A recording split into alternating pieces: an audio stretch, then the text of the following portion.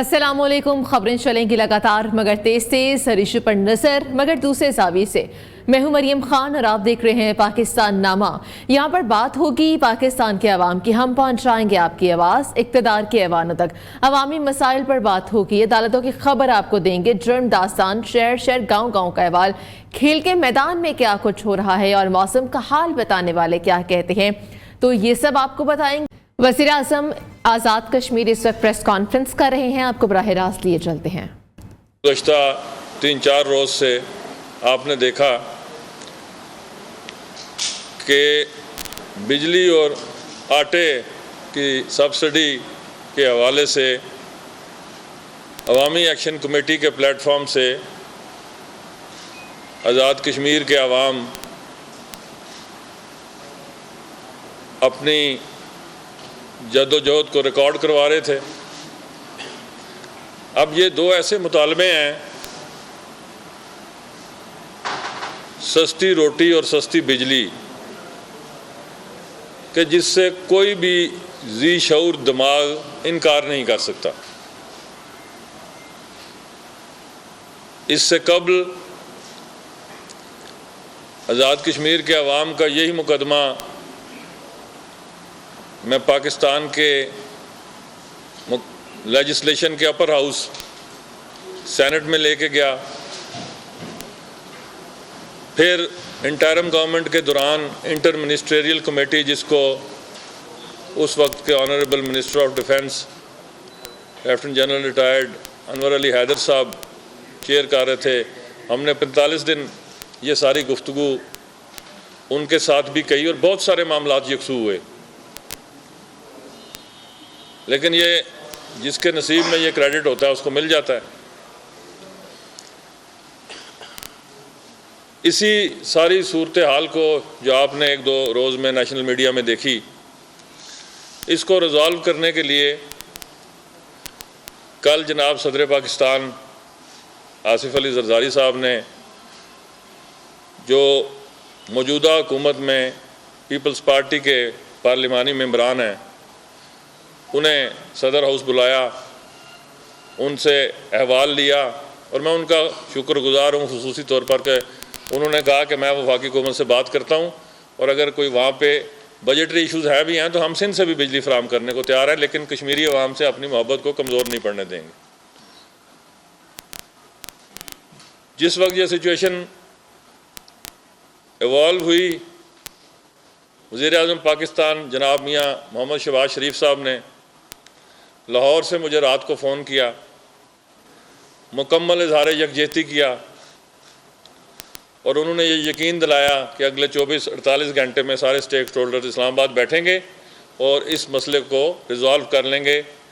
आप इसको कंस्ट्रेंट के साथ आगे लेके चलें। अब लॉ एंड ऑर्डर सिचुएशन की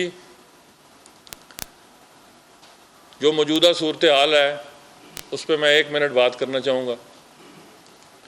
क्या आपने ये देखा कि चूँकि एक मुंतखब जमहूरी हुकूमत है, वो अवामी मैंडेट और मिजाज को समझती है, पुरअमन जद्दोजहद को किसी भी जगह पे डिसरप्ट करने का ना हुकूमत का कोई पहले इरादा था और ना अब है। इसी बुनियाद पर आपने देखा कि दफ़ा 144 की खिलाफ वर्जी के बावजूद 100 से ज़ायद आज़ाद कश्मीर पुलिस के जवान ज़ख्मी हुए। एक सब इंस्पेक्टर ने जाम शहादत नोश किया, लेकिन चूँकि आज़ाद कश्मीर पुलिस को ये हदायत थी कि किसी कीमत पर फायर आर्म इस्तेमाल नहीं करना, फायर आर्म्स फराहम ही नहीं किए गए थे। इस कंस्ट्रेंट की बुनियाद पर अल्हम्दुलिल्लाह जो लॉन्ग मार्च के धरने के शुरका थे, उनमें किसी किस्म का ना तो कोई जानी नुकसान हुआ और ना कोई शदीद ज़ख्मी हुआ। ये तो इसका एक पहलू है। आज जनाब वज़ीर आज़म पाकिस्तान ने, जिस तरह उन्होंने परसों फरमाया था, हंगामी इजलास बुलाया प्राइम मिनिस्टर हाउस इस्लामाबाद में, जिसमें सारे स्टेक होल्डर्स ने शिरकत की। मुझे भी मदऊ किया गया हाल अहवाल लिया गया और फिर कुछ तहफ़्फ़ुज़ात के बावजूद कि इस वक्त मुमलिकत खुदादाद पाकिस्तान बेपनाह माशी मुश्किलात का शिकार है, लेकिन मैं खुले दिल से अल्फाज की तमाम फराखी के साथ वज़ीर-ए-आज़म पाकिस्तान का शुक्रिया अदा करता हूँ, कश्मीर के अवाम की तरफ से, अपनी काबीना की तरफ से, इत्तेहादी हुकूमत की तरफ से, कि उन्होंने जो तहफ़्फ़ुज़ात वहाँ बयान किए गए उनको यक जुम्बिश कलम मुस्तरद करते हुए उन्होंने कहा कि पाकिस्तान का कश्मीरी अवाम से जो लाज़वाल रिश्ता है उसके लिए जो कुछ भी करना पड़ता है आज करूँगा और अभी करूँगा, और इसी वक्त वो नोटिफिकेशन जारी होंगे। अल्हम्दुलिल्लाह उन्होंने हदायत की, जो काम अरसा दराज से पेंडिंग थे, सब्सिडी के हवाले से, बिजली की कुव्वत ख़रीद के हवाले से, कीमत ख़रीद पर, वो दोनों नोटिफिकेशंस के लिए वसाइल फराम कर दिए गए हुकूमत आज़ाद कश्मीर को। हुकूमत आज़ाद कश्मीर ने वो दोनों नोटिफिकेशन जारी कर दिए हैं, वो मैं आपकी खिदमत में पेश कर रहा हूँ। ये पहला नोटिफिकेशन है इलेक्ट्रिसिटी का और ये दूसरा नोटिफिकेशन है फूड सब्सिडी का। इस मौका पर जी आपको कॉपीज मिल जाएंगी।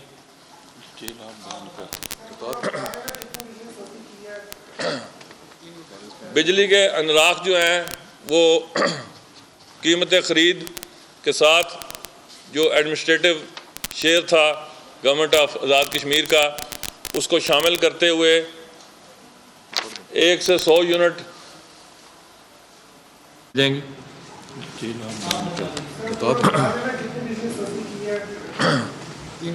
बिजली के अनराख जो हैं वो कीमत ख़रीद के साथ जो एडमिनिस्ट्रेटिव शेयर था गवर्नमेंट ऑफ आज़ाद कश्मीर का, उसको शामिल करते हुए 1 से 100 यूनिट 3 रुपये, 100 से 300 यूनिट 5 रुपये, 300 से अबव 6 रुपये, कमर्शियल टैरिफ 1 से 310 रुपये, 300 से अबव यूनिट्स 15 रुपये पर किलोवाट आवर। फूड सब्सिडी में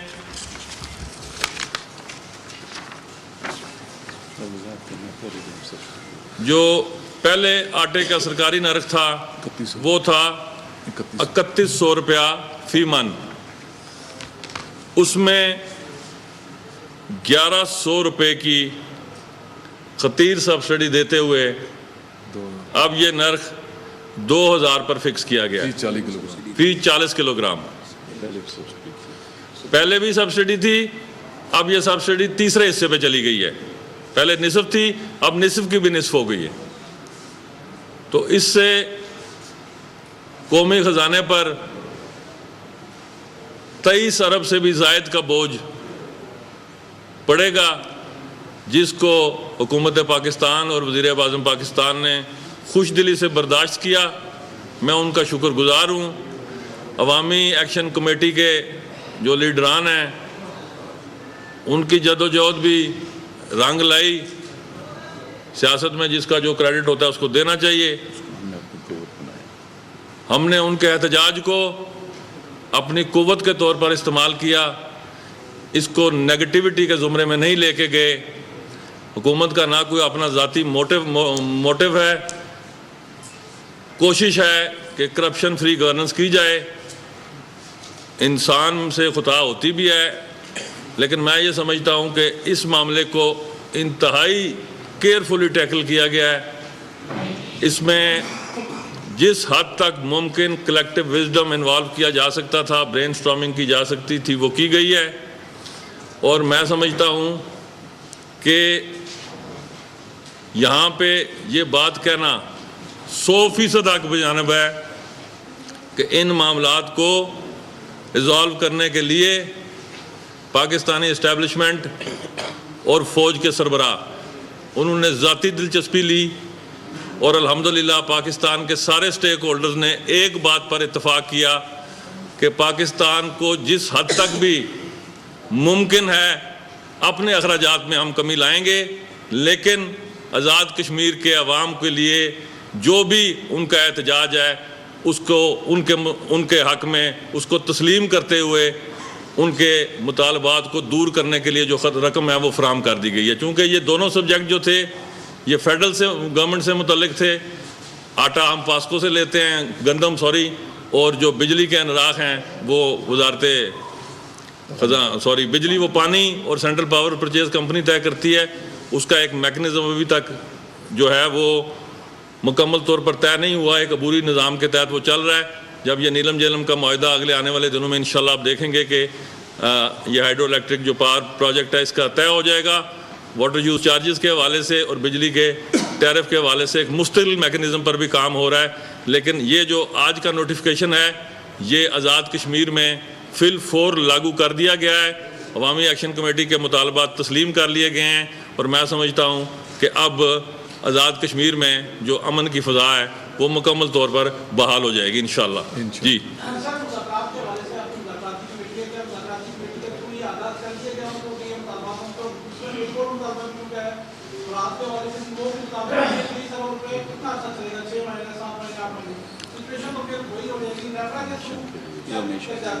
ये एक तो मैं अर्ज़ करता चलूँ कि ये एक परमानेंट अरेंजमेंट है, ये इंटरम रिलीफ नहीं है।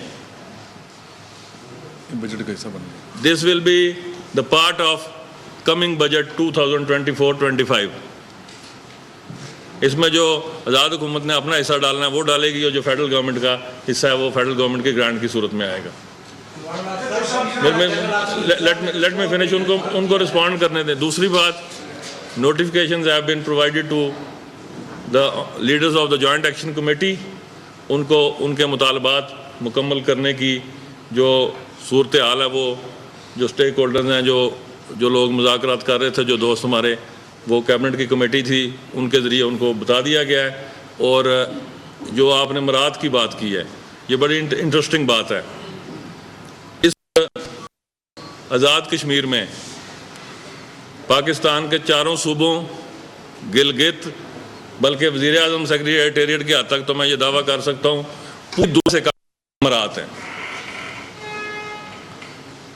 जो मेरा बजट है प्राइम मिनिस्टर सेक्रेटेरिएट का, जो मेरा अप्रूव्ड सैंक्शन बजट है असेंबली से, अभी तक उसके 50% के करीब भी अखराजात नहीं किए गए। सेविंग इज़, बजट 64 करोड़ का था, सेविंग इज़ 32 करोड़ रुपीज़। अब इसकी मैं तफसील नहीं बताता क्योंकि वो खुद के ज़ुम्मे में आता है। जो मेरे वुज़रा के अखराजात हैं वो सारे के सारे आज़ाद कश्मीर में पहली दफ़ा जो गाड़ियाँ थी उनके बजट कंसील कर दिए गए हैं। TDS जो हैं वो भी एक हद तक मुकर्रर कर दिए गए हैं। और इस सेविंग से जो एक साल में आज़ाद कश्मीर में की गई है 9 खतीर रकम सेव की गई है, जबकि पिछले जब से मैंने मेरी पैदाइश के बाद जब से मैंने होश संभाला है आज़ाद कश्मीर में सेविंग करके कभी किसी हुकूमत ने कोई एंडोमेंट फ़ंड कायम नहीं किया। अल्हम्दुलिल्लाह इस हुकूमत ने एंडोमेंट फ़ंड कायम किया।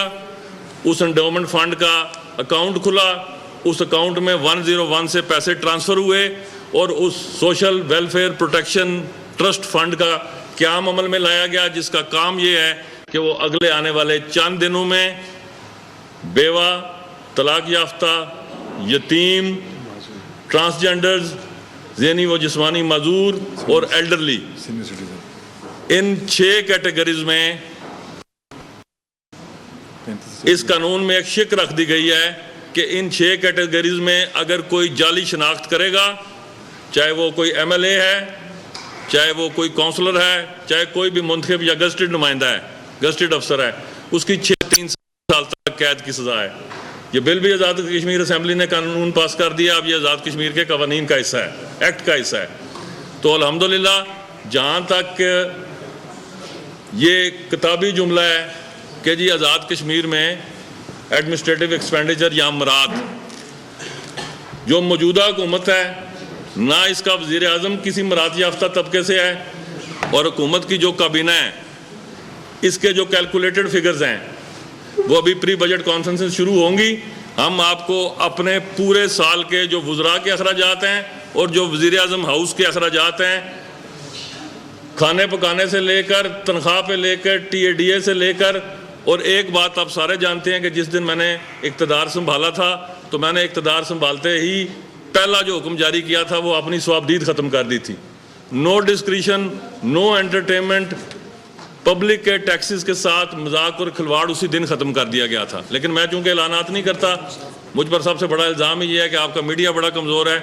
लेकिन मैं जब भी आपके सामने आया, मैंने हमेशा एक गुजारिश की कि ऐलानात जो हैं वो अब सियासी क़यादत के मुंह से जजते नहीं हैं, चूँकि लोगों का यकीन और एतबार उठ रहा है। आपका फेल इतना मजबूत होना चाहिए, जब आप काम कर लें उसका जो है वो इम्पैक्ट पब्लिक तक जाएगा।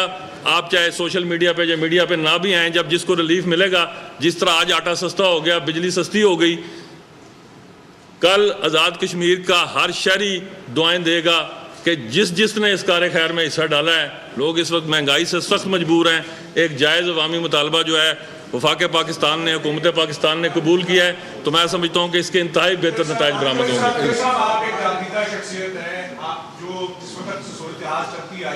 आपको क्यों कर इस बात का दराज नहीं हो सका जो हालात की संगीनी है, इसकी क्या वजह थी? और दूसरी जगह इस पर रोशनी डाल दीजिए कि मजबूरी तौर पर आपको वहाँ पर जो गंदम है वो कितनी रिवायत सालाना रही है और अब तक आपने कितनी वहाँ पर आपने ली है? और तीसरा छोटा सा ये सवाल है कि आज कैबिनेट के सारे लोग आपके साथ बैठे हैं। पिछले 3-4 दिनों के अंदर हमने देखा कि शायद ही कोई आपके साथ बैठकर गवर्नमेंट के अमल को डिफेंड करने की तरफ जा रहा हो। हमने बारहा रब्ता किया बहुत सारे लोगों से कि गवर्नमेंट को ऑन करने के लिए लोग जो है आपके साथ बैठे, उसकी क्या वजह थी? अब अगर मैं आपके तीनों सवालों का मुफस्सल जवाब दूंगा ना तो उसके लिए 15 मिनट दरकार है, या तो फिर आप एक एक सवाल करें, अब उसका जवाब दूंगा तो फिर आपकी तरफ आऊँ। मैं बैठा हूँ, मैं शाम मगरिब तक बैठा हूँ आपके पास। गुजारिश ये है अवासी साहब कि अब माजरत के साथ आप साफ़ी दोस्तों ने नाराज़ नहीं होना। खबर बिकती है, नहीं मैं बिल्कुल नहीं होता, मैं खुद चूँकि रहा हूँ ना आपके कबीले से, अभी हूँ। मफरूज़ा बिकता है, सच नहीं बिकता। परसेप्शन बिकती है, हकीकत नहीं बिकती। तो अब इस परसेप्शन की अगर मैं निगेशन करता रहूँ तो फिर मैं सारा दिन यही काम करूँ, फिर वज़ारत उज़्मा का कोई काम नहीं हो सकता। मैं मज़दूर आदमी हूँ, कलम का भी मज़दूर हूँ और सियासी मज़दूर भी हूँ। अपनी मज़दूरी पूरी करता हूँ, उसके बाद मज़ीद कोई काम करता हूँ। मुझे इसका अदराक था, अगर अदराक नहीं था तो मैंने 1 साल कबल 15 का रुकनी काबीना कमेटी क्यों बनाई? फिर मैंने इस एक्शन कमेटी से बारहा मुज़ाकरात किए और उन्होंने खुद इस बात का अदराक किया कि जी वज़ीर आज़म साहब कहते हैं ये तो मेरे अल्फाज चुराते हैं, ये उनकी वीडियोज़ में ये जुमले आप सुन लें। गुजारिश क्या है कि जो आइनी ओहदे पर फाइज शख्सियत है वो एहतजाजन कोई बात नहीं कर सकती। उसने कानून के आइन के दायरे में रह के आज़ाद कश्मीर के हकूक़, अवाम के हकूक़ की जदोजहद करनी है। जो फ्री लांसर मेरे दोस्त हैं, अवामी एक्शन कमेटी है, वो जो बयानियाँ चाहें बयान कर लें, लेकिन मैं कोई ऐसा जुमला बोलने से नज़रियाती तौर पर, ज़ाती तौर पर कासिर हूँ कि जो पाकिस्तान और कश्मीर के रिश्ते को कमज़ोर करे। ये मेरा प्रॉब्लम है। मैं बाओ-इजदाद से नज़रिया ला के पाकिस्तान का दाई हूँ, आज भी हूँ, मरते दम तक रहूँगा, मेरी औलाद भी इंशाल्लाह रहेगी। तो गुजारिश ये है कि मेरे पैरामीटर्स बड़े क्लोज्ड हैं, लेकिन अगर आपने काम करना है, आपकी नीयत ठीक है, तो नतीजा जो है अगर वो अल्लाह के फजलो करम से दुरुस्त निकल आए तो फिर पिछली सारी कैफियत न्यूट्रलाइज हो जाती हैं। अगला बात आपने क्या पूछी थी? हाँ, गुजरा साथ नहीं थे। अच्छा, गुजारिश ये है कि मैं जब भी प्रेस में आया हूँ, कभी आपने देखा कि गुजरा साथ ना हो? कौन से रास्ते सर? या आपका सवाल मैं लेता हूँ, इस पे लेता हूँ। सारे बुजुर्ग की आईडीज फेसबुक चेक। अच्छा, गुजारिश क्या है कि किसी एक वजीर ने हुकूमत की पॉलिसी पे कोई तनकीदी जुमला, मैं कई दफ़ा कह बैठा हूँ ये बड़ी खूबसूरत हुकूमत है, ये इत्तेहादी हुकूमत है, ये वो एक पार्टी की हुकूमत नहीं है। ये हुकूमत भी होती है और कभी कभी ये ऑपोजिशन भी हो जाती है, क्योंकि जहाँ जो लोग पीपल्स पार्टी के आ रहे हैं या नून के आ रहे हैं या फॉरवर्ड ब्लॉक के आ रहे हैं, वहाँ वो अपोजिशन में भी हैं और जो जीते हैं वो जीते हुए भी हैं। तो जो हुकूमत है वो तो मुंतखब अफराद पर ही है। जो पार्टी पॉलिटिक्स है वो पार्टियों की अपनी अपनी पॉलिटिक्स है, उससे उसके ऊपर तो मैं कोई कमेंट नहीं करता। लेकिन इस हुकूमत का खासा ये है कि यहाँ कलेक्टिव विजडम के अलावा कोई गुफ्तगू होती नहीं है। जो ये एक्शन कमेटीज थी, इनसे मुज़ाकरात कौन कर रहे थे? जनाब फैसल राठौर उस पीपल्स पार्टी के जनरल सेक्रेटरी या नुमाइंदगी कर रहे थे, ये उसके चेयरमैन थे। 16 रुकनी जो कैबिनेट थी उसमें फॉरवर्ड ब्लॉक के दोस्त भी थे, मुस्लिम लीग नून के भी थे और पीपल्स पार्टी के भी थे। तो ये नहीं कहा जा सकता कि गवर्नमेंट ने ऑफिशियली उनकी एंगेजमेंट में कोई फ़र्क डाला है। जी 3 लाख टन जो है हमें कोटा मिल रहा है, और जब ये गवर्नमेंट में आया था तो इस 3 लाख टन के ऊपर पूरे आज़ाद कश्मीर में मुजाहरे थे कि आटा नहीं मिल रहा, क्योंकि गंदम माफिया इतना ताकतवर हो चुका था कि सारा आटा स्मगल हो जाता था। जब हमने उसके लीकेजेस बंद किए, सजा जजा के तस्वर को मजबूत किया, आज अल्हम्दुलिल्लाह वही 3 लाख टन, कोई इजाफा नहीं है उसमें, सिर्फ उसमें चोरी रोक दी है, उसमें जो 2 नंबरी थी वो रोक दी है। तो यही 3 लाख टन जो है आज़ाद कश्मीर के अवाम की ज़रूरियात पूरी कर रहा है। अब मुझे मज़ीद सख्ती करनी पड़ेगी। आपसे जो पिछले साहब हैं, पहला नंबर उनका है।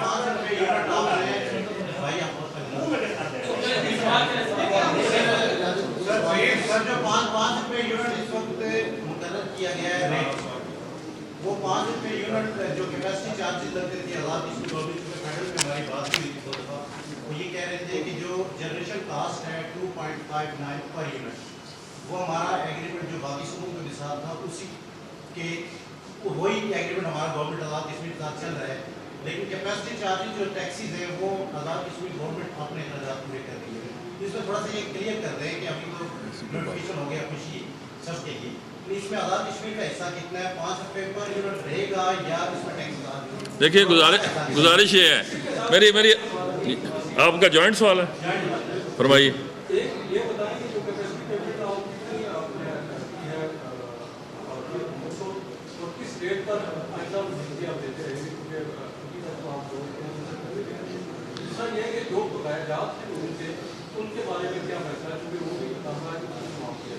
गुजारिश में ये बड़ा आपका इंटरेस्टिंग सवाल है।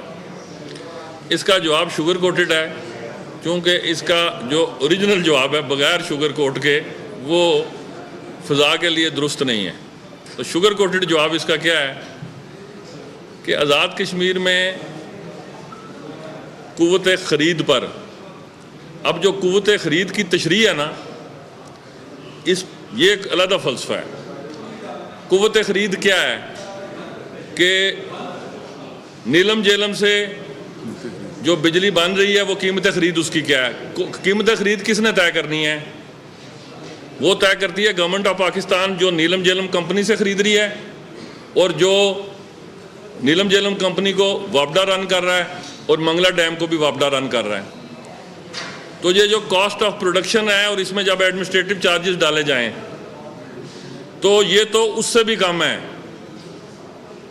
ये जो आज गवर्नमेंट ऑफ पाकिस्तान ने जिन इनराख की मंजूरी दी है, ये पूरी दुनिया में मैं चैलेंज करता हूँ पूरे हिंदुस्तान को, मोदी के फरिश्तों को भी, कि इस रेट पर वो हिंदुस्तान में या मकबूजा कश्मीर में बिजली बेच के दिखा दे। इसके 100वें हिस्से के करीब भी हिंदुस्तान में बिजली नहीं बिक सकती।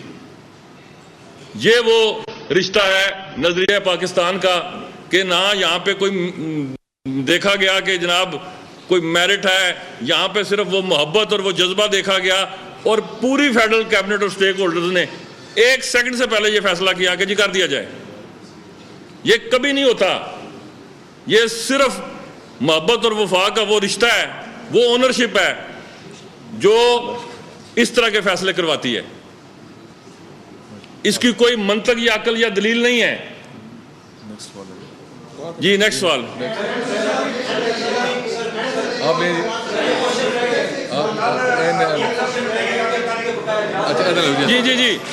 जी बकाया जात के हवाले से एक तो हुकूमत ने पहले कह दिया था कि जितने महीने के बकाया जात हैं किस्तों में दे दें, जो नहीं देने के काबिल। अब जब आपने पूरा हाथी गुजार दिया है तो वो जो दुम है उसके ऊपर क्या बहस करनी है अब? हाँ जी, आप क्या अदा किया, सारा जो काम है रिलीफ है वफाकी हुकूमत ने दिया, किस लेवल के ऊपर उनसे एंगेजमेंट थी, यहाँ से रेंजर्स चल पड़े थे, वफाकी हुकूमत ने वापस लैंड ऑर्डर के लिए देखिए मेरी गुजारिश सुनिए, कश्मीर में इस्टेब्लिशमेंट का एक रोल है। LOC पे मुसल्लह अफवाज पाकिस्तान की शहादतों की दास्तानें मुसलसल रकम होती चली आ रही हैं। वहाँ पे अमन व अमान से मुसल्लह अफवाज पाकिस्तान का बराह रास्त ताल्लुक है। और कश्मीर पॉलिसी के बारे में जितनी आपने गुफ्तगू सुनी 5 अगस्त 2019 के बाद, उसको दूर किस नैरेटिव ने किया? मुसल्लह अफवाज सरबराह के उस यकीन और उस अज़म ने कि ना कश्मीर पे कोई सौदा हुआ है और ना ही ये किसी डिफेंस डॉक्ट्राइन का हिस्सा है। तो जिसका ड्यू क्रेडिट है उसको देने में क्या अमर माने हैं? हाँ जी, और तो देना चाहिए। हाँ जी,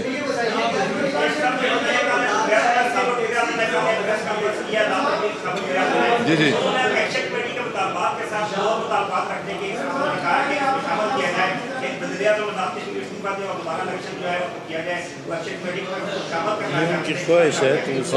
देखिए मेरी यार सुने कि जो PTI आज़ाद कश्मीर के जो सरबराह हैं, ये पंजाबी में कहते हैं हथा नहीं लाइयां दंदा नाल खोलनियां पैंदियां,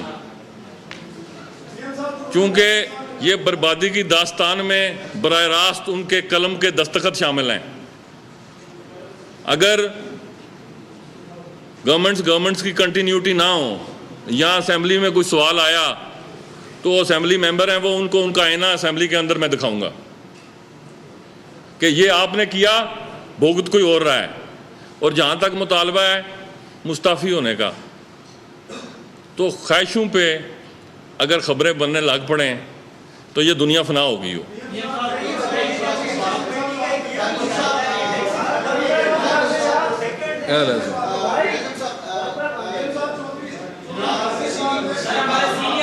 please please please please one by one please, आप जरा ऊंची बात में खड़े हो। मैं एक सवाल ये ले लूं फिर आपकी तरफ आ रहा हूं। एक सवाल ये ले लूं फिर आपकी तरफ आ रहा हूं। कोई भी खिता या कोई भी कौम सब्सिडी के ऊपर तरक्की कर सकती है या नहीं, तो उसको मुतबादिल क्या है। सेकेंड, रिवर के अंदर इतनी कैपेसिटी मौजूद है, अगर उसका पानी का मसला हल कर दिया जाए तो पूरे आज़ाद कश्मीर को गंदम सप्लाई करने के बाद GHQ में फौजी एहसासात देने की तकरीब हुई। ISPR के मुताबिक आर्मी चीफ ने जवानों और अफसरान को फौजी एहसासात से नवाजा। शहदा के एहसासात उनके लवाहिकीन ने वसूल किए। अफसरान और जवानों को सितारा इम्तियाज, मिलिट्री, तमगा बसालत और दीगर रिवार्ड्स भी दिए गए हैं। आर्मी चीफ ने शहदा और गाजियों की खिदमात को शानदार खिराज तहसीन पेश किया।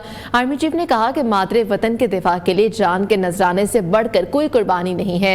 हमारे शहदा की कुर्बानियां हमारे अज़म को मजीद मजबूत करती हैं। तो GHQ में फौजी एहसासात देने की तकरीब हुई और ISPR के मुताबिक आर्मी चीफ ने जवानों और अफसरान को फौजी एहसासात से नवाजा। शहदा के एहसासात उनके लवाहिकीन ने वसूल किए।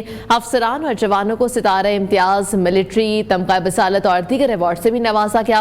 आर्मी चीफ ने शहदा और गाजियों की खिदमात को शानदार खिराज तहसीन पेश किया और उनकी जानिब से कहना था कि मादरे वतन के दिफा के लिए जान के नजराने से बढ़कर कोई कुर्बानी नहीं। हमारे शहदा की कुर्बानियां हमारे अज़म को मजीद मजबूत करती हैं।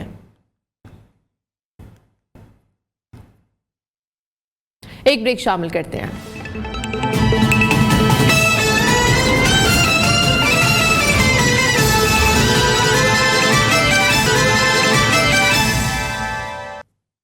स्किल्स डेवलपमेंट इनिशिएटिव प्रोग्राम की इफ्तिताही तकरीब से इस वक्त मरियम नवाज खिताब कर रही हैं।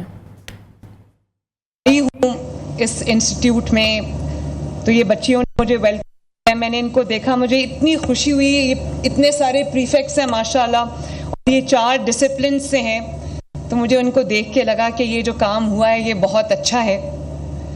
अभी जो आपके चेयरमैन टेफ्टा बता रहे थे कि हमने ये किया, मुझे बता रहे थे, तो मैं इन लाइटर वेन में ये सोच रही थी कि ये मैंने उनको बताया था जो वो मुझे बता रहे थे कि हमने ये किया है। लेकिन ऑब्वियसली जो चेयरमैन टेफ्टा हैं उन्होंने और उनकी पूरी टीम ने इसको विद इन 1 मंथ किया है, तो आप लोग शाबाश के मुस्तहिक हैं। और मैं भुट्टो जो सेक्रेटरी इंडस्ट्रीज़ हैं उनको भी अप्रिशिएट करना चाहती हूँ, आपने पूरा सपोर्ट किया इसमें।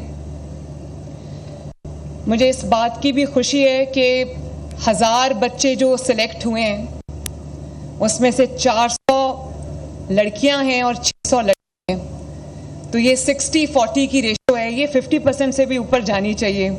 मुझे खुशी है कि स्किल्स डेवलपमेंट में भी बच्चियों ने भी बहुत बड़ी तादाद बच्चों की आई है और 16,000 बच्चों ने अप्लाई किया था, उसमें से हमें सिर्फ 1000 बच्चे हमें लेने थे।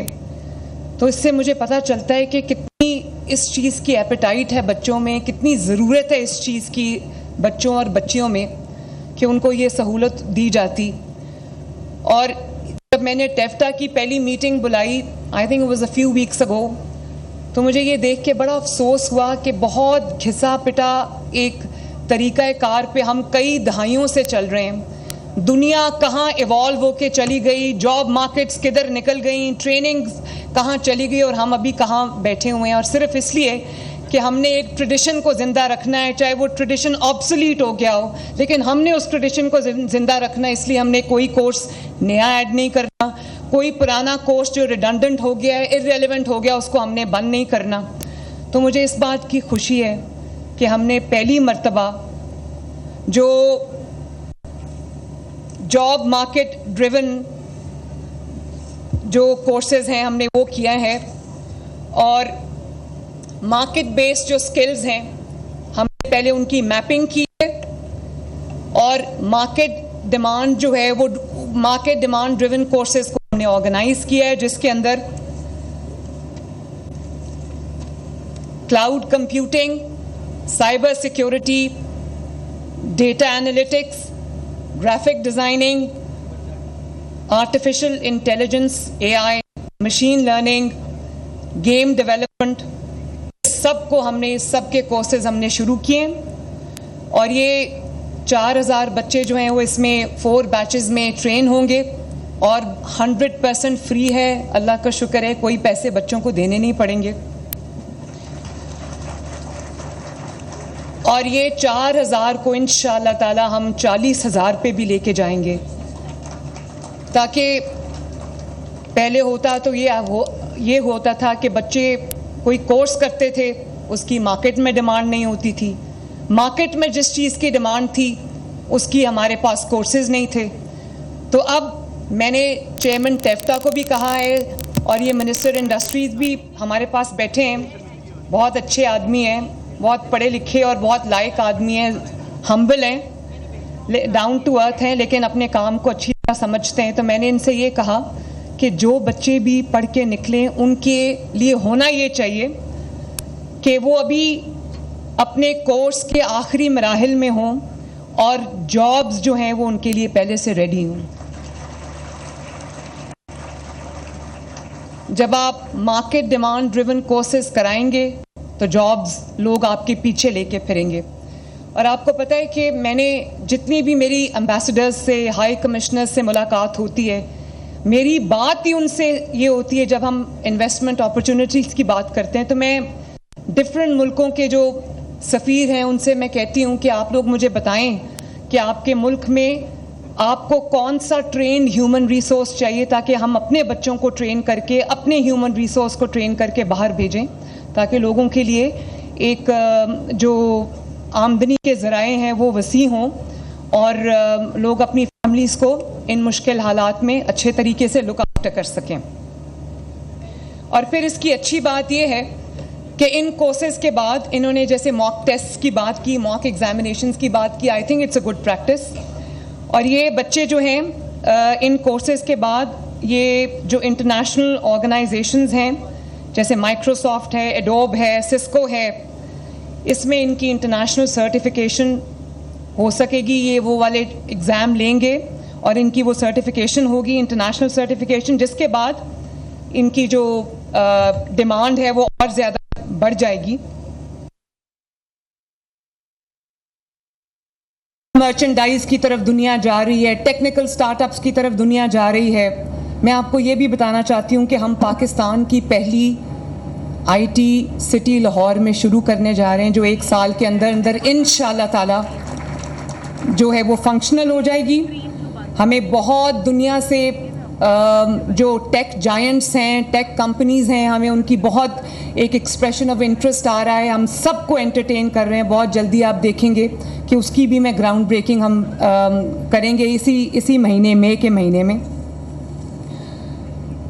तो टेफ्टा को मैंने, चेयरमैन टेफ्टा को कहा है कि इसकी जो रीस्ट्रक्चरिंग है उसको मॉडर्न लाइंस पे करें। जो कोर्सेज़ की डिमांड है उन कोर्सेज़ को ऐड करें, और उसके लिए आपको जो फैकल्टी दुनिया से लानी पड़ती है, जो एक्सपर्ट्स दुनिया से लाने पड़ते हैं, बाहर से हायर करने पड़ते हैं, प्राइवेट सेक्टर से हायर करने पड़ते हैं, इंटरनेशनल जो भी कंसल्टेंट्स आपको लाने पड़ते हैं, एक्सपर्ट्स लाने पड़ते हैं, वो आप लाएं ताकि हमारे बच्चों को बेस्ट टेक्निकल एजुकेशन मिले, ताकि वो जब अपने कोर्सेज़ कंप्लीट करके बाहर जाएं तो उनकी हाथों हाथ जो है वो डिमांड हो। और मैं ये जो सिर्फ ये नहीं है, मुझे इस बात की खुशी है कि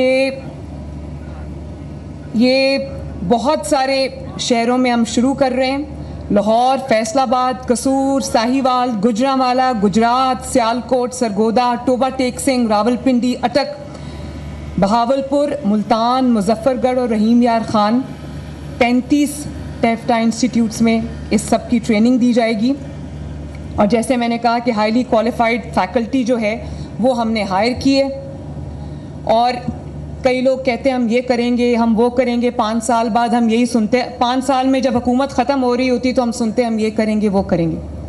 अल्लाह ताला का फ़ज़ल है कि मैंने आज लॉन्च बाद में की है। ये जो प्रोग्राम है ये पहले शुरू हो चुका है माशाल्लाह। 1000 बच्चे जो हैं वो अपनी ट्रेनिंग शुरू कर चुके हैं।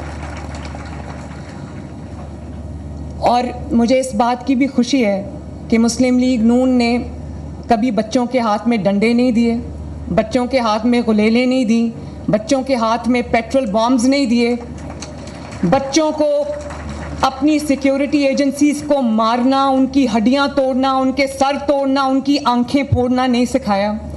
जब मैंने यहाँ पर as chief minister take over किया तो जब मेरी लॉ एंड ऑर्डर की पहली मीटिंग थी बच्चों, तो उसमें जो हमारे DIG ऑपरेशंस थे लाहौर के, अली, तो मैंने कहा अली तुम्हारी आंख को क्या हुआ है? तो उसने कहा कि जी ये 9 मई के जो राइट्स थे उसमें मेरी आंख पे बॉम्ब लगा था या क्या लगा था, और उसकी पूरी आंख उस बच्चे की ज़ाया हो गई। अब इस वक्त वो IG इस्लामाबाद लगा है, लेकिन वो अपने काम से कमिटेड है, बार बार बेचारा इलाज के लिए बाहर जाता है। तो हमें वो ये बच्चों को नहीं सिखाना कि मार दो, मर जाओ, जला दो, राख कर दो, तोड़ दो। उस दिन मैं 9 मई पे जब जिन्ना हाउस गई, यकीन मानो मेरा दिल खून के आंसू रो रहा था। जिस तरह हमने अपने फाउंडर हैं, बाबाए कौम जो हैं, जिनको हम कायद आज़म मोहम्मद अली जिन्ना कहते हैं, जिनके बारे में हम बचपन से पढ़ते आए हैं, जिनको हम आइडियलाइज़ करते आए हैं, उनकी यादगारों को हमने राख का ढेर बना दिया। तो ये चीज़ें बच्चों बताओ कि ये काम करने वाले हैं। तो मुझे खुशी है कि मुस्लिम लीग नून, जिसमें नवाज़ शरीफ साहब हैं, शहबाज शरीफ साहब हैं, अगर पीफ के स्कॉलरशिप्स दिए तो मुस्लिम लीग नून ने दिए, लैपटॉप्स दिए तो मुस्लिम लीग नून ने दिए, अगर स्किल डेवलपमेंट स्कीम्स शुरू की तो मुस्लिम लीग नून ने की, अगर यूथ लोन्स दिए तो मुस्लिम लीग नून ने दिए, अगर दानिश स्कूल्स बनाए तो मुस्लिम लीग नून ने बनाए, state of the art colleges और यूनिवर्सिटीज़ बनाई तो मुस्लिम लीग नून ने बनाई। और अब आपका जो स्किल डेवलपमेंट प्रोग्राम है ये भी अगर शुरू किया तो अल्हम्दुलिल्लाह मुस्लिम लीग नून ने शुरू किया। एक मिनट और फिर अब हम स्टूडेंट्स के लिए बहुत जल्द बाइक्स का प्रोग्राम भी लॉन्च करने जा रहे हैं। स्टूडेंट्स को बाइक्स देने लगे हम, और बड़ी खूबसूरत हमने डिज़ाइन की हैं। वो ग्रीन कलर की बाइक्स हैं, पेट्रोल बाइक्स भी हैं, इलेक्ट्रिक बाइक्स भी हैं। आप लोगों को भी अगर चाहिए तो हम आपको भी बीच में इंक्लूड कर सकते हैं। तो ये हमें ज़रूर करना चाहिए। 20,000 से हम शुरू कर रहे हैं। और उस दिन मैं TV पे देख रही थी, लाहौर हाई कोर्ट के एक जज साहब ने ना वो स्कीम रोक दी बाइक्स वाली, और आई थिंक केस कोई और चल रहा था, तो अचानक उनको ख्याल आया, उन्होंने कहा कि अगर ये पेट्रोल बाइक्स जो हैं या ये जो इलेक्ट्रिक बाइक्स हैं ये आप स्टूडेंट्स को देंगे तो वो ये बाइक्स लेके लड़कियों के कॉलेज के सामने जाएंगे। तो मुझे हंसी आ गई। मैंने सोचा ये तो वही वाली बात है कि रोटी सस्ती क्यों की है।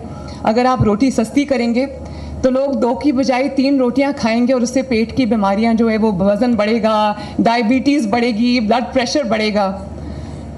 तो मुझे इस बात का अफसोस भी हुआ कि जब पेट्रोल बॉम्ब्स बच्चों के हाथ में दिए जाते हैं, जब बच्चों को अपने जो डिफेंस इंस्टॉलेशंस हैं उन पे हमले की तरगीब दी जाती है, जब बच्चों को कहा जाता है कि ये आपके मुहाफिज हैं, इनकी हड्डियां डंडों से तोड़ो और वो तोड़ते हैं, जब उनको कहा जाता है इनकी आंखों को ज़ख्मी करो, इनकी जान ले लो और वो लेते हैं, उस वक्त कोई कोर्ट हरकत में नहीं आता। और जब किसी बच्चों की जो भलाई की स्कीम्स हैं, अब मुझे ये बताएं कि मैं एक बहावलपुर में गई तो जो फील्ड हॉस्पिटल्स हैं उनके साथ गई थी। मैं देखना चाहती थी कि लोगों का इलाज वहाँ फील्ड हॉस्पिटल्स कैसे कर रहे हैं। तो मैं वहाँ एक घर में चली गई। जब मैं उस घर में गई तो एक बच्चे ने मुझे कहा कि मेरा जो स्कूल है वो आधा घंटा दूर है, तो मुझे पढ़ने का बहुत शौक़ है और मैं बहुत अच्छे मार्क्स लेता हूँ, लेकिन मेरे पास कोई सवारी नहीं है, तो मुझे मैडम एक साइकिल ले दें। अगर आप मुझे साइकिल ले देंगी तो मेरी जो हफ्ते में छुट्टियाँ हो जाती हैं, मैं किसी के साथ स्कूल जाता हूँ, कभी वो जाता है कभी नहीं जाता, तो अगर आप मुझे साइकिल ले दें तो मैं स्कूल चला जाऊँगा और मुझे कोई रुकावट नहीं आएगी। मैंने अगले ही कुछ दिनों में उस बच्चे को साइकिल भिजवाई और वो बच्चा माशाल्लाह रेगुलरली स्कूल जाता है, लड़कियों के कॉलेज के सामने नहीं जाता, स्कूल जाता है। और इसी तरह एक और घर में मैं गई तो वहाँ एक बच्ची थी, आप लोगों जितनी थी वो बच्ची। उसने कहा कि मैडम अगर मुझे आप एक स्कूटी ले दें तो मैं अपने जो मेरा इंस्टीट्यूशन है मैं वहाँ जाने में मुझे आसानी हो जाएगी, क्योंकि हमारे घर में ना साइकिल है, ना स्कूटी है, ना कुछ और है, और ना यहाँ पर हमें कोई पब्लिक ट्रांसपोर्ट अवेलेबल है। मैंने उसको एक नंबर दिया। मैंने कहा आपको जो भी स्कूटी चाहिए, जिस तरह की स्कूटी चाहिए, आप मुझे उसकी गूगल करके तस्वीर भेजो। तो उसने वो मुझे भेजी, मैंने बिल्कुल वैसी स्कूटी उसको लेके भेजी। और कोर्ट ने कहा कि ये वो लड़के जो है वो लड़कियों के कॉलेज के सामने चले जाएंगे, तो वो जिन्होंने जाना है उनको मोटर बाइक की ज़रूरत नहीं, वो वैसे भी चले जाएंगे, वो रिक्शे में बैठ के भी चले जाएंगे, पब्लिक ट्रांसपोर्ट में भी चले जाएंगे। और फिर कहा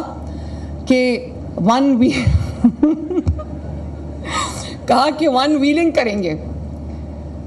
थोड़ी सी इंफॉर्मेशन होनी चाहिए इलेक्ट्रिक बाइक्स की। आई थिंक वन व्हीलिंग नहीं हो सकती, और वन व्हीलिंग करने के लिए उनको गवर्नमेंट की दी हुई मोटरसाइकिल की ज़रूरत नहीं। अगर उन्होंने वन व्हीलिंग करनी होगी तो वो वैसे भी वन व्हीलिंग कर लेंगे। वन व्हीलिंग नहीं करनी चाहिए। अपने माँ बाप का ख्याल रखना चाहिए, उन्होंने बहुत प्यार मोहब्बत से आपको पाला है, तो वन व्हीलिंग। मरीम नवाज तकरीब से खिताब कर रही थी। यहाँ पर हेडलाइन शामिल करते हैं। Welcome back. IMF ने नए कर्ज प्रोग्राम पर ताउन की यकीन दहानी करा दी। पाकिस्तान और IMF का मईशत की बेहतरी के लिए मिलकर काम करने पर इत्तेफाक, और नए कर्ज प्रोग्राम पर मुज़ाकरात इस्लामाबाद में शुरू हो चुके हैं। तारुफी सेशन में वज़ीर ख़जाना ने IMF प्रोग्राम पर हुकूमती यकीन दहानी कराई। FVR के हुकाम IMF वफ्द को आज ब्रीफिंग भी देंगे। बताएं आपको पाकिस्तान और IMF का मईशत की बेहतरी के लिए मिलकर काम करने पर इत्तेफाक। इशफाक मुगल हमारे साथ हैं। इशफाक मुगल बताएगा, नए कर्ज प्रोग्राम के लिए मुज़ाकरात इस्लामाबाद में शुरू हो गए हैं और ब्रीफिंग भी दी गई है, क्या तफसीलात है? हुकूमत पाकिस्तान और IMF के दरमियान जो नए कर्ज प्रोग्राम पर मुज़ाकरात का सिलसिला जो है वो शुरू हो गया है, और ये मुज़ाकरात तकरीबन 10 से 12 दिन जो है वो इस्लामाबाद में जारी रहेंगे। आज जो तारफ़ी सेशन हुआ है वज़ारत ख़जाना में, वहाँ पाकिस्तानी वफ़द की क़यादत वज़ीर ख़जाना मोहम्मद औरंगज़ेब ने की है, जबकि IMF के जो वफ़द की क़यादत जो मिशन हेड नाथन पोर्टर ने की है। तो इब्तदाई तौर पर वज़ीर ख़जाना मोहम्मद औरंगज़ेब की जानिब से बताया गया है कि हुकूमत पाकिस्तान नए कर्ज प्रोग्राम में संजीदा है, और इस हवाले से जो भी मामला तय पाते हैं उस पर मुकम्मल तौर पर अमल दरामद किया जाएगा। और बताया गया है कि कुछ यकीन दहानियाँ भी इब्तदाई तौर पर जो कराई गई हैं वज़ीर ख़ज़ाना की जानिब से IMF को के कर्ज़ प्रोग्राम के दौरान जो है वो स्टेट बैंक से बराह रास्त हुकूमत पाकिस्तान कर्ज़ नहीं लेगी। इसके अलावा कोई नई टैक्स स्कीम भी जारी नहीं की जाएगी। इसके साथ साथ ये भी बताया गया है कि दरामदात पर कोई किसी किस्म की पाबंदी आयद नहीं की जाएगी, जबकि जो बैरूनी अदायगियों के लिए अगर जो डॉलर्स की ज़रूरत होगी तो उसके लिए जो है वो यूरो बॉन्ड जारी किए जाएंगे। इसके साथ साथ जो ये भी बताया गया है हमारे ज़राए की जानिब से कि नाथन पोर्टर ने जो पाकिस्तान की जो माशी कारकर्दगी है उस पर इत्मीनान का इज़हार किया, जबकि इसके साथ साथ जो कस्टम्स हुकाम और दीगर जो लॉ इन्फोर्समेंट एजेंसीज़ हैं उनकी जो स्मगलिंग के हवाले से जो इकदाम है उस पर भी ब्रीफिंग दी जाएगी। ठीक है इशफाक मुगल, बहुत शुक्रिया। आपको बताएं कि IMF ने नए कर्ज प्रोग्राम पर ताउन की यकीन दहानी करा दी है। पाकिस्तान और IMF का मईशत की बेहतरी के लिए मिलकर काम करने पर इत्तेफाक भी हो चुका है और जो नया कर्ज प्रोग्राम है उस पर मुज़ाकरात इस्लामाबाद में शुरू हो चुके हैं।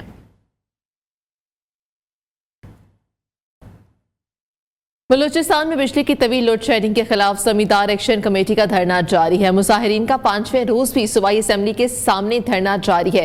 धरने में बलूचिस्तान भर के जमींदार शरीक हैं, जबकि जमींदारों के मसाइल के हल के लिए वज़ीर आला बलूचिस्तान इस्लामाबाद में मौजूद है। मीर सरफराज बुगटी की सरबराही में अरकान सूबाई असेंबली का वफ्द आज वज़ीर आज़म से मुलाकात भी करेगा। बलूचिस्तान का पार्लिमानी वफ्द वज़ीर आज़म को जमींदारों के मसाइल से आगाह भी करेगा। इस हवाले से बात करने के लिए हमारे साथ कोयटा से हमारे नुमाइंदे हनीफ बाज़ई मौजूद हैं और इस्लामाबाद से तारिक अजीज मौजूद हैं। सबसे पहले हनीफ बाज़ई से जान लेते हैं कोयटा से। हनीफ, क्या मुतालबात हैं मुजाहिरीन के, क्या कहते हैं और मुज़ाकरात किए जाएंगे या नहीं?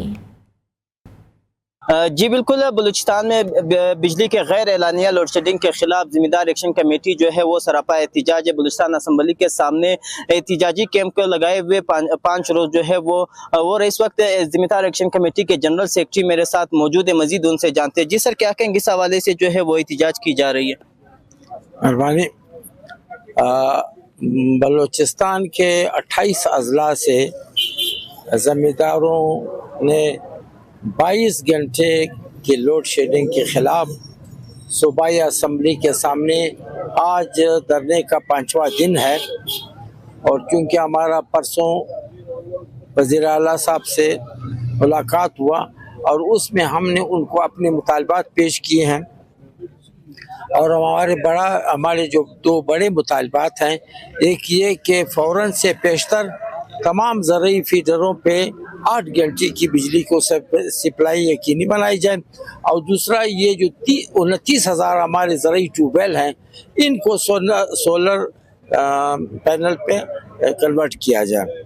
जी बिल्कुल, जैसे अपना का कहना है कि 8 घंटे का मुआहिदा जो विफाकी हुकूमत ने इनके साथ किया, ताहाल विफाकी हुकूमत ने 8 घंटे की बिजली जो है वो बहाल नहीं की, जिसके वजह से यहाँ पे जिम्मेदार जो है वो सरापा एहतिजाज। उनका दूसरा मुतालिबा जो है वो ज़रूरी जो ट्यूबवेल है उनको जो सोलर पे मुंतकिल किया। ठीक है हनीफ बाज़ई, ये मुतालबात है। तारिक अजीज नुमाइंदा खसूसी भी मौजूद है, उनसे जान लेते। तारिक अजीज, वज़ीर आला बलूचिस्तान की वज़ीर आज़म से मुलाकात कब मुतवक्के है और अगर मुलाकात हो जाती है तो उसके बाद एजेंडा क्या होगा इस मुलाकात का? जी बिल्कुल, जो चीफ मिनिस्टर बलूचिस्तान जो इस्लामाबाद में मौजूद है उनके साथ एक पार्लिमानी वफद भी है, वो टीम भी है, मुआवने खसूसी भी हैं, तो वो अपने मुतालबात लेके हैं। फेडरल गवर्नमेंट ने 8 घंटे की बिजली की मुसलसल फराहमी की एक यकीन दहानी कराई थी, ताहम उस पर अमल नहीं हुआ, जिसकी वजह से वहाँ पे काश्तकार तबका खास तौर पे और बिजनेस कम्युनिटी ने एहतजाज कर रखा है और वहाँ काफ़ी जगहों पर रोड ब्लॉक किए हुए हैं। तो इस सिलसिले में जो है आज वज़ीर आला बलूचिस्तान सरफराज बुगटी अपने वफद के साथ इस्लामाबाद में मौजूद हैं। ताहम अभी तक उनकी मुलाकात वज़ीर आज़म से तय नहीं है और मुमकिन है आज भी हो सकती है, ये मुलाकात कल भी हो सकती है और जिसमें ये अपने मुतालबात पेश करेंगे तो उसके बाद फेडरल गवर्नमेंट वज़ीर आज़म की तरफ से जो है फाइनल अहकामात जारी किए जाएंगे। उम्मीद ये है कि वफाक जो है उनके जो मुतालबात हैं ऑलरेडी उनके नोटिस में है, प्राइम मिनिस्टर के उनके स्टाफ के नोटिस में है, तो उन पर उन्होंने होमवर्क किया हुआ है, सबराई मिनिस्ट्री को हिदायत जारी की हुई हैं, तो उनकी जो 8 घंटे की मुसलसल बिजली की फराहमी का जो एक वादा है उस पर अमल दरामद किया जाएगा। ठीक है, बहुत शुक्रिया तारिक अजीज नुमाइंदा खसूसी और हनीफ बाज़ई कोयटा से हमें तमाम सूरत हाल के हवाले से अपडेट कर रहे थे। लाहौर हाईकोर्ट में तलबा को मोटरसाइकिलें तकसीम करने के केस की समाअत हुई। अदालत का पंजाब हुकूमत को मोटरसाइकिलों की पॉलिसी माहौलियाती अंसर को मद्देनजर रखकर मुरतब करने की हिदायत। जस्टिस शाहिद करीम का स्मोक केस पर वज़ीर इत्तलात पंजाब के बयान पर इज़हार नाराज़गी। जस्टिस शाहिद करीम ने रिमार्क्स देते हुए कहा कि हुकूमती वज़रा अदालत बारे बयानबाजी से गुरेज करें। वज़रा को स्मोक केस पर बोलने की ज़रूरत नहीं है। हसन बुखारी को आइडिया नहीं वो क्या कह रही हैं। एडवोकेट जनरल ने यकीन दहानी करवाई कि कोई वज़ीर अदालती समाअत बारे बयानबाजी नहीं करेगा। लेस्को की नाकिस कारकर्दगी से कौमी खजाने को अरबों रुपए का नुकसान पहुंचेगा। माह अप्रैल में नेशनल ग्रिड से लेस्को ने 1 अरब 68 करोड़ 74 लाख यूनिट वसूल किए हैं, लेकिन इसके एवज सिर्फ और सिर्फ 1 अरब 10 करोड़ 12 लाख यूनिट्स की बिलिंग की जा सकी है। कितना नुकसान हुआ ये सूरत आलम जानते अदनान अजीज से। जी अदनान अजीज, कितना नुकसान हुआ आगाह कीजिएगा। जी बिल्कुल, जैसा कि माह अप्रैल में नेशनल ग्रिड से लेस्को ने तकरीबन 1 अरब 68 करोड़ 74 लाख यूनिट वसूल किए थे, लेकिन जो इसके अवज़ सिर्फ और सिर्फ 1 अरब 10 करोड़ 12 लाख यूनिट की बिलिंग कर सका, जिसके बदौलत 58 करोड़ 62 लाख यूनिट लॉसेस की मद में कौमी ख़जाने को अरबों रुपये का नुकसान पहुँचाया गया। ज़राए का ये कहना है, जो दस्तावेज़ात सामने आई है उसके मुताबिक अगर इन यूनिट्स को कम व बेश सिर्फ 20 रुपये भी ज़रब दिया जाए तो कौमी ख़जाने को एक माह में लगभग 11 अरब से ज़ायद का नुकसान जो है उसका लॉसेस का सामना करना पड़ रहा है। और इसी तरह मजमूई तौर पर लेस्को की जो कंपनी का लाइन लॉसेस है वो 34% रहा, जो कि गुज़श्ता सालों में अप्रैल के महीने का सबसे ज़्यादा लॉस है, जो लेस्को की तारीख का बदतरीन जो महीना भी इसको हम कह सकते हैं। इस नताइज में सबसे ज़्यादा नुकसान पहुँचाने वाला जो लेस्को का दूसरा सर्कल है, जिसको हम सेंट्रल सर्कल कहते हैं, जिसने मजमूई तौर पर 29 करोड़ 82 लाख यूनिट की मद में सिर्फ और सिर्फ 13 करोड़ 92 लाख यूनिट की बिलिंग कर सका, जिसके बदौलत लाइन लॉसेस की शरह में तकरीबन जो लाइन लॉसेस की जो शरह है वो तकरीबन 53% रही। और इस सर्कल में लाहौर के जो बेहतरीन इलाके हैं उसमें अगर बात करें, जैसा कि सिविल लाइन, माल रोड, अलामा इकबाल, रायवन टाउनशिप के समेत दीगर इलाके भी शामिल हैं। लेकिन दूसरी जानिब लाइन लॉसेस ने भी अफसरान का जो है वो जो उनकी अप्रैल की कारकर्दगी है उसका जो खमियाजा है वो भी अफसरान ही भुगत रहे हैं, लेकिन उनका जो लाइन लॉसेस के अलावा जो यहाँ पे ओवर बिलिंग का जो नताइज है वो भी आपके सामने है। और अप्रैल का जो महीना है वो लेस्को की तारीख का सबसे बदतरीन महीना इसमें शुमार किया जा रहा है, क्योंकि वहाँ पे जो लॉसेस की शरह है वो तकरीबन बहुत ज़्यादा थी। जी ठीक है अदनान अजीज, बहुत शुक्रिया। तो गर्मी बढ़ते ही लाहौर में लोड शेडिंग भी बढ़ गई है। लेस्को ने भी ओवर बिलिंग शुरू कर दी है, शहरियों को इजाफी बिल डाले जाने लगे हैं। लेस्को ने अप्रैल के महीने में 1 अरब रुपए की ओवर बिलिंग की है। महंगाई से तंग आवाम परेशानी का शिकार है। शहरी इजाफी बिलों के खिलाफ फट पड़े हैं। उनकी राय क्या है वो आपको दिखाते हैं।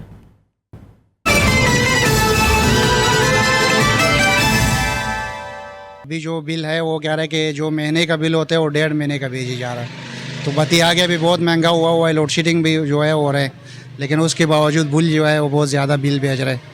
बिलों का की कहना सर, कदों बिल बदे अगे कि घट बिल आ रहे हैं, गरीब आदमी बिलों ही मार खा रहा है।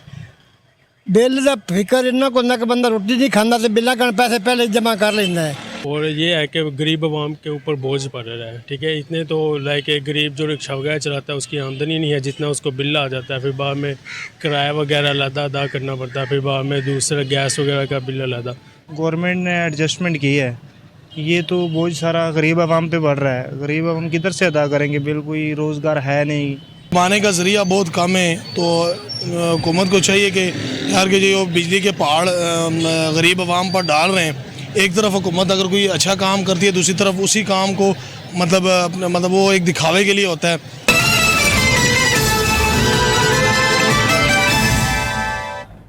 एक ब्रेक शामिल करते हैं।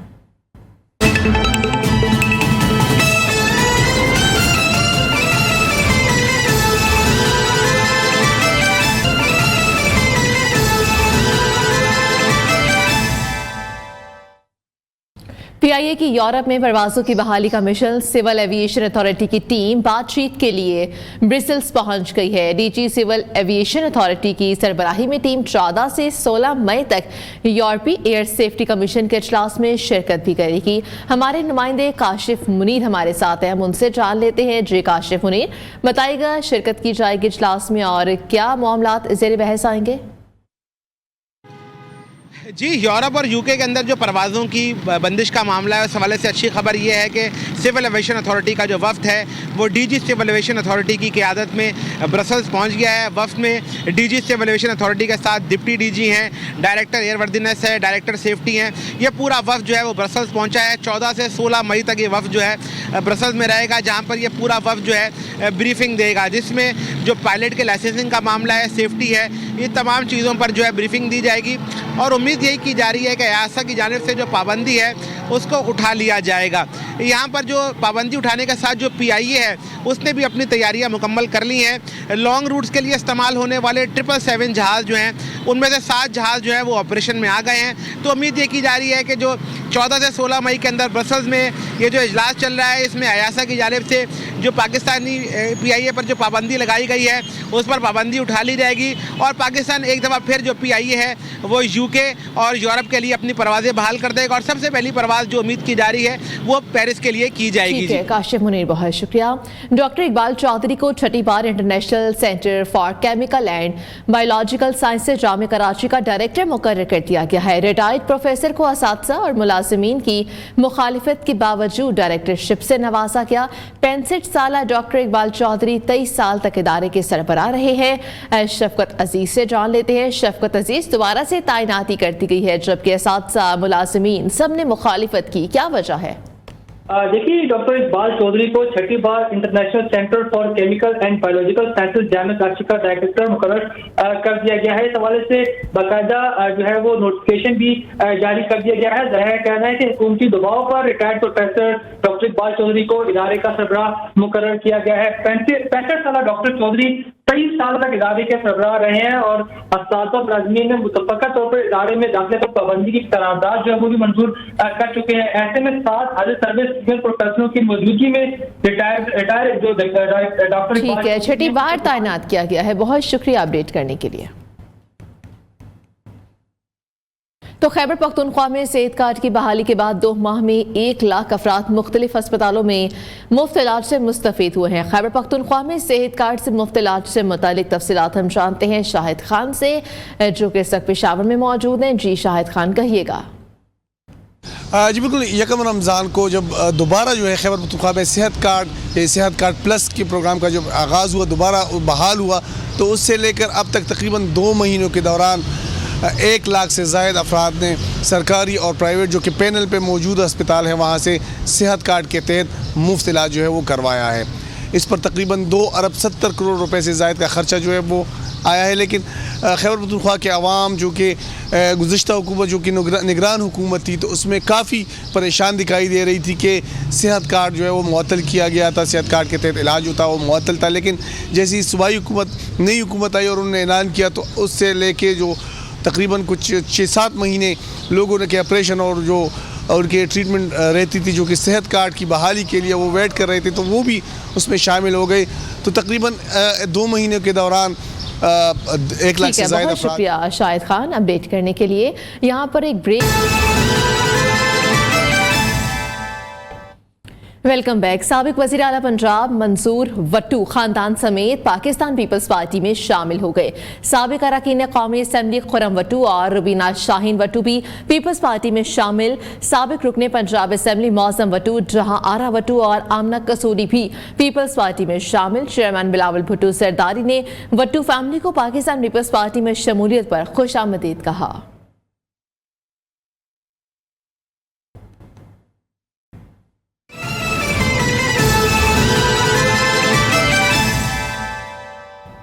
पुलिस की कारकर्दगी बेहतर बनाने के लिए IG सिंध की नई हिकमत अमली तैयार। पुलिस अफसरान को तरक्की हासिल करने के लिए 25 केसेस हल करने होंगे। मज़ीद तफसीलात उबैद शाह से हम जान लेते हैं। उबैद शाह, बताइएगा, पुलिस की कारकर्दगी बेहतर करने के लिए नई हिकमत अमली बनाई गई है, 25 केसेस हल करना होंगे पुलिस अफसरान को तरक्की हासिल करने के लिए। जी बिल्कुल, IG सिंध गुलाम नबी मेहबन का कहना है कि गिरफ्तार मुलजमान को सजा दिलवाने से ही जराइम पर काबू पाया जा सकता है। इस हवाले से उन्होंने पुलिस की कारकर्दगी, बिलखुसूस इन्वेस्टिगेशन की कारकर्दगी को बेहतर बनाने के लिए 25 केसेस हल करने की शर्त आयद कर दी है। केसेस को मंतकी अंजाम तक पहुंचाने वाले अफसरान ही तरक्की हासिल करेंगे, ऐसा कहना है आईजी गुलाम नबी मेमन का। उनका कहना है कि शोबा तफ्तीश को बेहतर बनाने के लिए ये फैसला किया गया है। कत्ल के मुकदमात को हल करने वाले अफसरान को तकरीबन 4 लाख रुपए इनाम भी दिया जाएगा। ASI, सब इंस्पेक्टर्स और इंस्पेक्टर्स को शोबा तफ्तीश में खिदमत अंजाम देनी होगी और उनके जिम्मे जो केसेस होंगे उनको मंतकी अंजाम तक पहुंचाना, ठीक है, मंतकी अंजाम तक पहुंचाना होगा। बहुत शुक्रिया।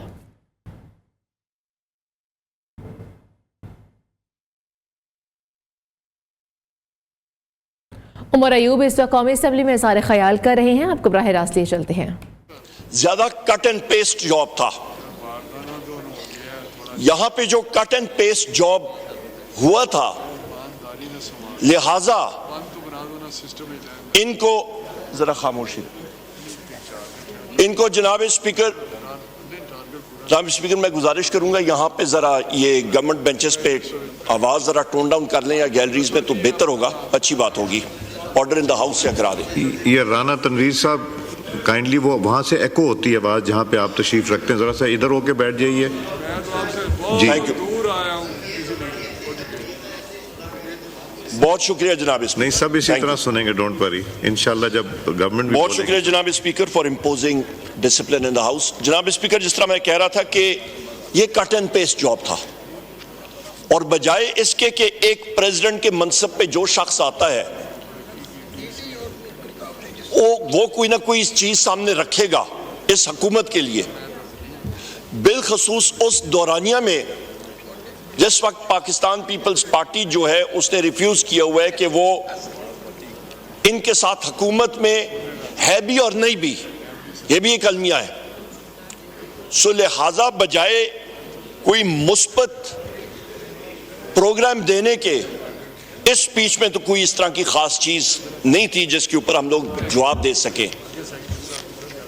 जहां तक उन्होंने कहा कि डेमोक्रेटिक इंस्टीट्यूशंस के बारे में, सो यही वो अलमिया है जनाब स्पीकर जहां से मैं आगाज करूंगा कि पाकिस्तान में इस वक्त जिस चीज का फौकदान है वो है सही जमहूरियत।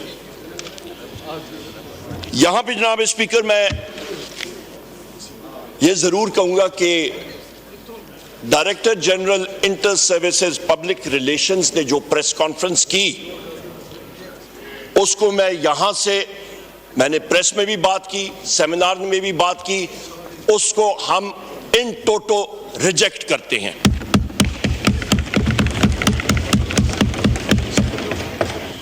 जनाब स्पीकर, आपसे मैं गुजारिश करूंगा कि आप oath of an officer article 244 इस आइन की किताब का पेज नंबर 203 जरा मेरे साथ पढ़िएगा और देखिएगा।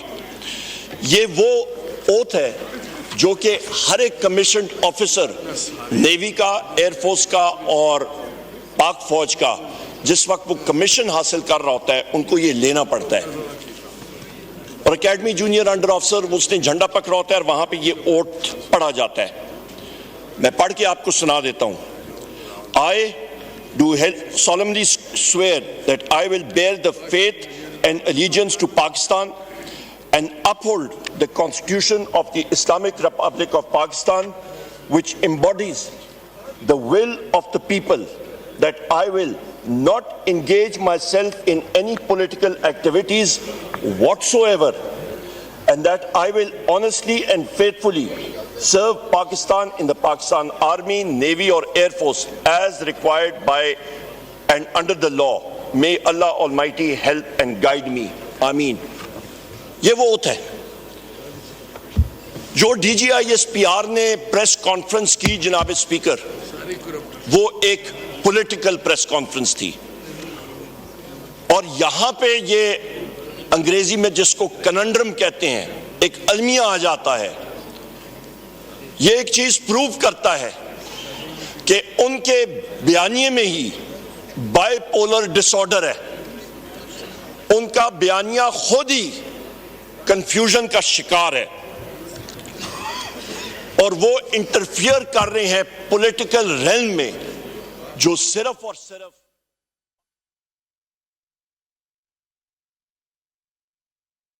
असम्बली का इजलास इस वक्त जारी है। अपोजिशन लीडर उमर अयूब की जानिब से इज़हार ख्याल किया जा रहा है और जो अहम इशूज़ हैं उनको एड्रेस किया जा रहा है। यहाँ पर शोर शराबा किया जा रहा था हुकूमती अरकान की जानिब से। जब उमर अयूब इज़हार ख्याल करे तो उनकी जानिब से खामोश करवाया गया। इस वक्त आपको दिखाते चले कि उमर अयूब खिताब कर रहे हैं। में है in this part unless the context otherwise requires the state यानी कि रियासत means the federal government, मजलिस शूरा पार्लियामेंट जहां पे हम लोग खड़े हैं और senate, a provincial government, a provincial assembly and such local or other authorities in Pakistan as are by law empowered to impose any tax or cess। यानी कि जनाब स्पीकर जो आइन इस पे जो रियासत की डेफिनेशन है वो इदारा है कौमी असम्बली, मरकजी हुकूमत, सूबाई हुकूमत, सूबाई असम्बलीज, TMA आपकी तहसील म्यूनसिपल एडमिनिस्ट्रेशन आपकी या टाउन कमेटी जो आप पे टैक्स इंपोज कर सकती है वो रियासत है। पर जो सिक्योरिटी इदारे हैं जनाब स्पीकर वो रियासत नहीं है, वो रियासत के।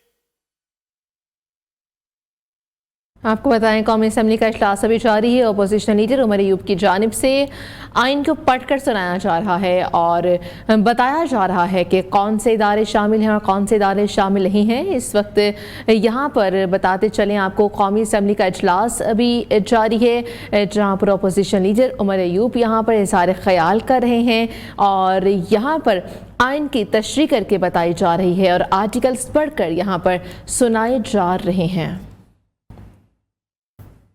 वो रब्बुल इज्जत की है और उसके बाद पाकिस्तान की अवाम की। लिहाजा जनाब स्पीकर जो सिक्योरिटी इदारे हैं वो पॉलिटिक्स में इंडल्ज नहीं कर सकते एज पर दिस कॉन्स्टिट्यूशन और उनकी ये प्रेस कॉन्फ्रेंस होनी ही नहीं चाहिए थी। इसके साथ साथ जनाब स्पीकर आपकी अटेंशन मैं पेज 7 पे फिर मबजूल कराना चाहता हूं कि वहीं पे आ जाएं कि आप पढ़ लें कि आर्टिकल 5 क्या कहता है। कौमी असम्बली का भी इजलास जारी है। अपोजिशन लीडर उमर अयूब इज़हार ख्याल कर रहे हैं। एक शॉर्ट ब्रेक शामिल करते हैं।